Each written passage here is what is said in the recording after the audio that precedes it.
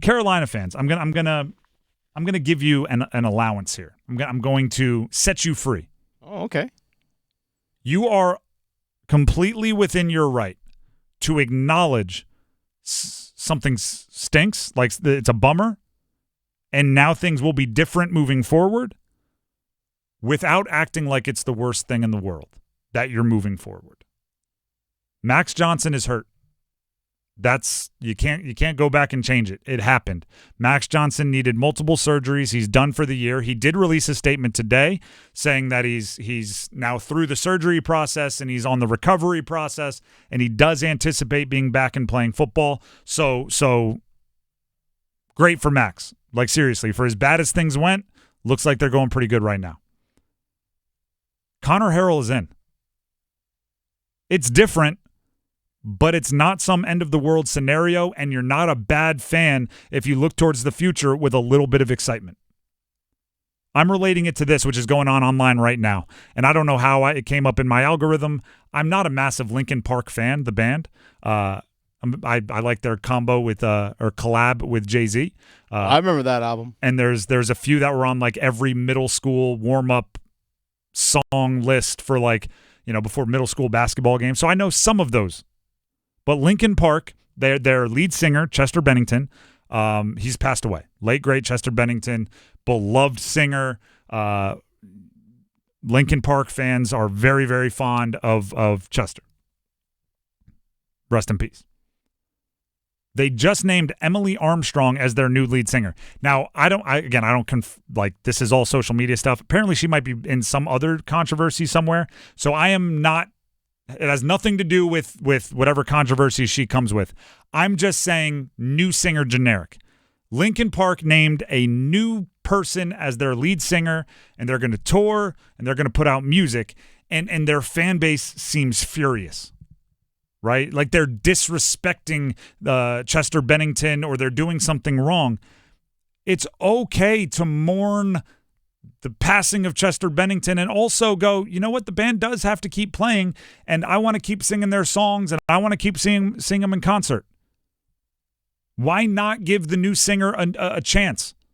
Again, aside from whatever controversy just sprouted up recently, I had this analogy written up this morning. Why not? Like, I'm saying this to UNC fans. Why not be excited for what Conner Harrell can bring to the table? Why not go into this Charlotte game rather than, oh gosh, we have to rally behind a backup? Oh no.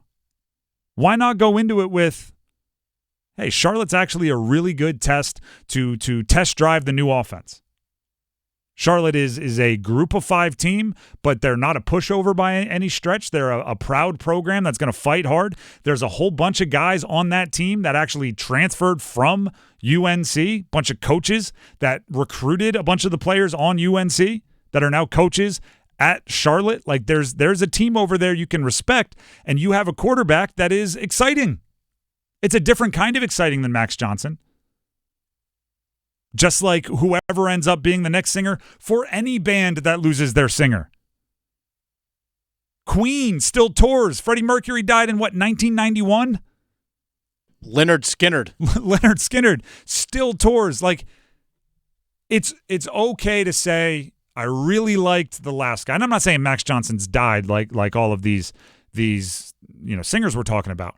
But I guess he's more like Steve Perry from Journey, right? He's just not around right now. Max Johnson and that offense are no longer around. Don't be melancholy about it, right? As soon as you know Max Johnson is on the mend, he's in the recovery, he's upbeat about playing football in the future. Cool. Let's go into this Charlotte game and see what our run game looks like, with 2 guys in the backfield that can make guys miss in the open field. Let's see what Conner Harrell's been working on this offseason since we last saw him in the bowl game. By the way, which he played well in. He played well in the bowl game. Took a few hits you probably don't want him to take, but let's see if he's learned. I'm excited to watch UNC this weekend. And that's not no disrespect to anybody. That's just a respect for the guys that are going to be out there. I think it might be good for Omarion Hampton. I think if you're a defense and you have to pay attention to Conner Harrell, you inherently can't pay attention to Omarion Hampton as much. And even if the attention goes from 100% to 90%, that's enough for Omarion Hampton to say, I will slide through that and go score a touchdown. Why not be excited? Why not take the opportunity to see what you have? And, if it doesn't work, then we can have some conversations. And here's the thing. You have a few games to kind of figure it out. Exactly. Like Charlotte, not going to be a pushover, I wouldn't say. I mean, they almost upset JMU last week. They're proud. They're going to put up a fight. They have your respect. They literally have, I think, 73 new players on their team this season. A couple of them from kind of crazy. But you have a chance. Obviously, you're more talented, I think, than Charlotte. You can beat Charlotte. Then you have NC Central next week. Like, you have time to figure this thing out. And I don't say that, like, I think athletes kind of, like at Mack Brown, I think Mack Brown, it's going to sound weird, and this is why I'm like saying you're okay saying this. I think Mack Brown gets excited by this. Right? You're a coach. You got to figure out a way. That's the stuff right there. I think part of like the great quarterbacks get excited when they have maybe not the most talented wide receivers, but guys they trust, and they're like, we gotta win the chess game every time. It's one thing to have Randy Moss on your team. It's awesome. I'm sure it's very fun. Never played with Randy, but I'm sure it's fun to just go like, they got one-on-one on Randy, or even it's a double team, but the scouting report says neither of these guys run below a 4.5, so I'm just going to throw this bad boy deep, and there you go. It's a whole other thing to say, I got Julian Edelman, I got Danny Amendola, I got like a second rounder named Mitchell, and I've got to find a way to beat Darrell Revis and the vaunted Jets defense. Let's go. Like, that's the stuff that can get you excited.